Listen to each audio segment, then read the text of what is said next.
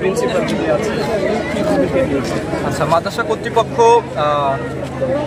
সাংবাদিক ভাইদের কাছে কিংবা সোশ্যাল মিডিয়ার কাছে প্রশ্নবিদ্ধ হইলে প্রিন্সিপাল মহোদয় সরাসরি এই বিষয়ে অবগত নই বলে মিডিয়াকে সাক্ষাৎকার দেয় এবং জানার পরেও তারা কোনো রেসপন্স করে নাই, সে কিছুই জানে না এই বিষয়ে। অথচ মাদ্রাসা হোস্টেলের ঘটনা, মাদ্রাসা হোস্টেল সুপার ছিল, মাদ্রাসার সকল কর্তৃপক্ষ মাদ্রাসায় ছিল, মাদ্রাসা কর্তৃপক্ষকে বিভিন্নভাবে জানানো হয়, সুশৃঙ্খলভাবে শিক্ষার্থীরা অবগত করে, কিন্তু তারা সরাসরি এটাকে অস্বীকৃতি জানায় যে তারা এই বিষয়ে কিছু জানে না এবং এই বিষয়ে পদক্ষেপ নেওয়ার কথা বললে তারা সেটাতে অস্বীকৃতি জানায় যে আমরা এই বিষয়ে কোনো পদক্ষেপ গ্রহণ করতে পারবো না। মাদ্রাসা কর্তৃপক্ষ জিম্মি তাদের কাছে, এটা বলেন। বলেন একটু, আপনি বলেন আপনারটা বলেন। আমি বলবো? হ্যাঁ, যেটা বলছিলেন বলুক না, বড় ভাই বলুক, তারপরে বলবো। সুপ্রিয় দর্শক, আসসালামু আলাইকুম। আমরা ইতিমধ্যে যেটা জানতে পারলাম, আমাদের এই বহরমপুর আলিয়া মাদ্রাসা, সেই আলিয়া মাদ্রাসার শিক্ষক গুরুতর অসুস্থ। সেই অসুস্থতার জন্যই যিনি আজকে আসলে যিনি এই মারপিটের সাথে জড়িত, যার নাম হচ্ছে, ওনারা অভিযোগ দিচ্ছেন যে মোহাম্মদ সুজা। সেই সুজা সাহেব কিন্তু আসলে এই মাদ্রাসার প্রতিষ্ঠাকালীন তাদের ফ্যামিলিগত একটা দান বিষয়ে তাদের একটা জড়িত আছে।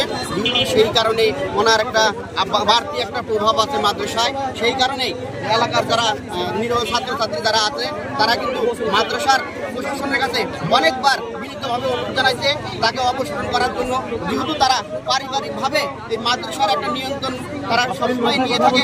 সেই কারণে ওনারা আন্দোলন করার পরেও, মাদ্রাসা কর্তৃপক্ষকে অভিযোগ জানানোর পরেও তাকে অপসারণ করা হয়নি।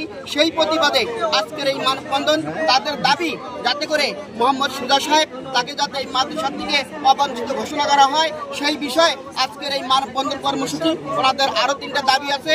সেই দাবির মধ্যে হচ্ছে আরও একটা, সেটা হচ্ছে যে মাদ্রাসায় প্রতি বছর যাতে একটা সুস্থ একটা নির্বাচন হয়, সেই নির্বাচনের মাধ্যমে ছাত্ররা যাতে একটা কমিটি গঠন করে, সেই কমিটির মাধ্যমে ছাত্রছাত্রী এবং মাদ্রাসা পরিচালিত হয়, এই ধরনের একটা দাবি তাদের আছে।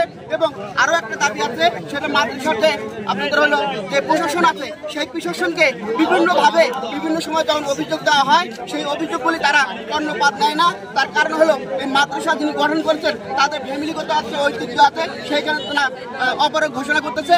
এই কারণে সকল ছাত্রছাত্রী যারা আছে তাদেরকে দাবি জানানোর পরে তারা বলছেন যে প্রশাসনের হেল্প নেওয়ার জন্য। ওনারা কিন্তু এটা খুব সুন্দরভাবে বলছেন তারা কিভাবে গেলে এই মাদ্রাসার সঠিক পরিবেশ ফিরে আসবে, এইটা প্রশাসনের কাছে এখন জানতে চায়। ধন্যবাদ সবাইকে। আমার বহরমপুর ইউটিউব চ্যানেল, যদি আপনারা চ্যানেলটা সবাই দেখবেন, বেশি বেশি করে শেয়ার করবেন, যাতে করে এই ভিডিওটা সকল মানুষের কাছে পৌঁছে। এবং শুধু এই আলিয়া মাদ্রাসা না, বাংলাদেশের প্রায় শিক্ষা প্রতিষ্ঠানে এই ধরনের কিছু স্বার্থবাদী লোক মাদ্রাসাগুলিকে গ্রাস করে ধরে আছে।